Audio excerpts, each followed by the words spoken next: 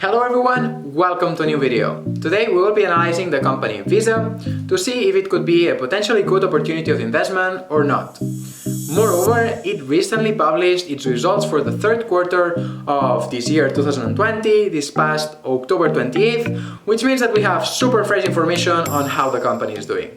In any case, before we go into the analysis, I just want to give a brief overview of what is it that we will be covering today. So first, as always, we'll have a look at what is it that the company does and give some general information. Afterwards, we will go into the stock price and related topics, followed by the financials of the company and of course looking at the recent ones they just published. And finally, I will be giving my opinion on the stock and whether or not I think that this is a good investment to make. But with that out of the way, let's go for it. Firstly, I want to say that Visa's investor relations site is actually one of the worst I have ever seen, and it is not only hard to find information, but it doesn't even provide that much information either. Also, I don't really like the design of their website, but luckily for them, I do like their business, and despite the fact that I had a very poor user experience in their website, I do enjoy a lot their payment services. Because now getting serious, this is what Visa does. It makes digital payments possible. And it does this using their technology and software. In fact, let's go now and understand their business model because I think that it's something that many people don't have clear. Which is firstly that Visa does not produce any type of physical credit or debit cards. What they provide is the payment services that allow the transactions within these cards to happen. And I believe that this is something important to keep in mind, but with that said, let's go and check the diagram that you can see now in the screen. In it, we see the role that Visa plays when you, for instance, go to a shop and buy an ice cream. In that case, when you do the simple act of putting your card close to the POV, so the point of sale terminal, you, in that case, would play the role of card holder and are presenting your card for payment to the merchant. Afterwards, what happens, which is something that generally speaking only takes a matter of seconds, is that Visa checks the balance on your bank account that is linked to your card. This is what is marked in the diagram as issuer, which will be your bank. And after checking that you have enough money to pay for that, it automatically informs the acquirer, which in this case is the bank that the merchant has, so the shop that you are buying something at. And then based on the information that Visa has provided, the transaction gets accepted or rejected. If you have enough money in your bank account, it gets accepted, and if you don't, then it gets rejected, at least talking in general terms. But after this explanation, now at least hopefully you have clear what the paper of Visa is in money transactions, but you're probably asking yourself, okay, but how exactly do they make money? Well, it is pretty easy to understand, but essentially the way it's seen is that the merchant is benefiting from providing card services, so allowing their clients to pay with card because it's exposing their products or services to more people. In general terms, let's just say, to put an approximate number, that the merchant is charged for each transaction that takes place using a Visa card a 2% commission. And this commission is split between the two banks that play a role in this, so the bank from the merchant as we saw and the bank from the card holder that pays. And then Visa usually gets paid separately based on how many transactions are done using their services. So summing everything up, the three main streams of income for Visa are first, the service revenues, that these are the money that the banks pay to Visa in order to be able to use the technology of Visa and distribute cards to their clients. Afterwards, we have the data processing revenues, which are essentially the revenues that come from the transactions that it verifies and that enable the transactions between different people using credit cards, and that, as we said before, this is usually driven by volume. So the more transactions that happen, the better for Visa. And finally, they have the international revenues, which essentially happens when a card holder pays for something in a country that is outside the country in which the card was issued at. So after this long explanation of the business, let's go now and check how they are doing at the moment.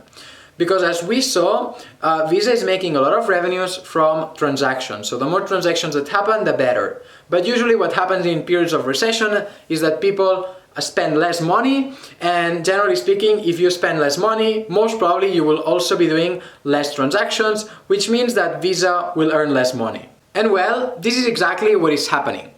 And as we can see, if we check the US payments volume, we see that the volume drastically decreased around April, which is when the lockdowns began, and have since then been recovering. Nevertheless, checking the cross-border volumes, these went down around April and have not even recovered to levels of the previous year. In any case, although people are not using the cards so much and generally speaking spending less money, the amount of cards in circulation that Visa has increased overall in a 3%, mostly driven by debit cards. And it is pretty crazy to say, but there are more than 3.4 billion Visa cards all over the world. And comparing Visa with its competitors, based on a graph extracted from the Nielsen report and that reflects data from the year 2018, only in the US, and sorry because I could not find any more recent ones, we see that in terms of purchase volume for credit cards, it is the leader with 49.7%, followed by MasterCard and American Express with 20% respectively. And not only it dominates the market in terms of volume for credit cards, but also debit ones, with 51.86% of the total spending, followed by MasterCard with a 21%. So clearly, they are the current market leader. And now, apologies, but I will already go into a part of the financials because I think that it's relevant to show it right now. And these are revenues in which we will compare how much they made this quarter versus the same quarter of the previous year. In this case, we see that service revenues, the ones that the bank pays in order to be able to give and use cards with Visa technology, decreased 13%. Next, the data processing revenues increased slightly by 4%, and the biggest drop was in international transaction revenues, which dropped 38% versus the previous year. No big surprise though, because if people don't travel, then they consume less goods and services of other countries. And overall, gross revenues ended up being 13% lower than on the previous year. But after this, let's go into the stock to see how has it been performing during this time and also how has it been performing historically. So Visa is trading in the New York Stock Exchange under the ticker symbol V. And at the moment of recording the video, each stock is worth $209.63 per share, which is actually almost at all-time highs and at similar levels it was trading at before the crash of March. Historically speaking though, the stock has done incredibly well, and since its public offering, its stock price has multiplied by more than 13 times. So definitely a great long-term investment so far. Going into other topics of the stock, we have its dividend. And in the case of Visa, it pays a dividend of $1.28 for each share, which turns out to be a dividend yield of only 0.56%, which is actually very low. The good thing though is that it also has a very conservative payout ratio of roughly 22% based on these past 12 months, which means that the company is paying a very small portion of their profits and therefore still has a lot of room to be able to grow this dividend, which is very interesting. Nevertheless, overall, I don't see this stock as a very dividend play one, but more of a growth one. Nevertheless, after having checked the stock, it is now time to go and have a look at their financials, although I already advanced the small part before. To begin with this part, we will go and see the total revenues by regions of the world to understand better what the current situation is. And looking at the chart on the screen, for this past quarter, we see that although the US and Europe grew 8 and almost 6% respectively, the rest of the regions of the world had declines in volumes with a 16% drop in Latin America and the Caribbean and 10% in Asia Pacific. Overall though, volumes were 0.5% higher than on the previous year. But although volumes increased, revenues of the quarter ended up being 17% lower than on the previous year and led to net income reported for the quarter of $2.1 billion, which was 29% lower year over year. This though was referring to this past quarter. But what about these past 12 months? In this case, we see a drop in revenues of only 5% versus the previous year and a net income drop of 10%. And finally, looking at its track record for the past 4 years, we see a consistent growth in profits, although as we see this year, these have decreased. So income-wise, we see that the pandemic has certainly had an effect on the growth streak that Visa had been accumulating in the past.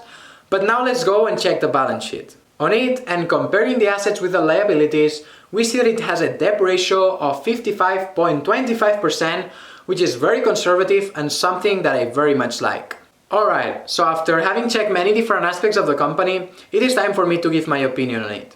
And essentially, as a company, I think that it's clear that it is a great one that is in an oligopolistic market with only two main large competitors, which are MasterCard and American Express. And this is good because on top of being the leader, it is in a market with high barriers to entry as well as very few direct competitors. And I put a lot of emphasis on direct competitors as the main challenge I see for Visa is not on their direct competitors of MasterCard and American Express, but rather on new payment methods such as, for instance, PayPal or cryptocurrencies. Because while there is no doubt that it is the current market leader, my question is, will it continue to be so in the next, 10 to 20 years? And on that, I have a bit more of doubts. But leaving these doubts aside, mostly driven by the fact that I don't know how the new financial sphere with cryptos and everything will be integrated within governments and economies, I still think that it has potential for growth in the upcoming years and is therefore a great opportunity of investment. In fact, I personally own 2 shares of it that I bought at an average price of $180.7 per share. But personally, if I wanted to get in now, maybe I would be looking for an entry price around $190 per share, where it already has a relatively consolidated support. If not, then the next support level would be around $180 per share, which is precisely what I bought. I'm not sure it will go down that way again, but it's certainly another point of, or potential point of entry. Again though, I just want to remind you that these are just my thoughts and that you should always do your own research whenever investing in this or in any stock. Anyways, this was the end of the video. What are your thoughts on Visa? Do you think that it still has growth on future growth potential? Please let me know in the comments below. I would love to hear from you. If you enjoyed the video, then please don't forget to give it a like as it helps me out a lot. Subscribe to the channel if you're not yet subscribed. And as always, see you next time.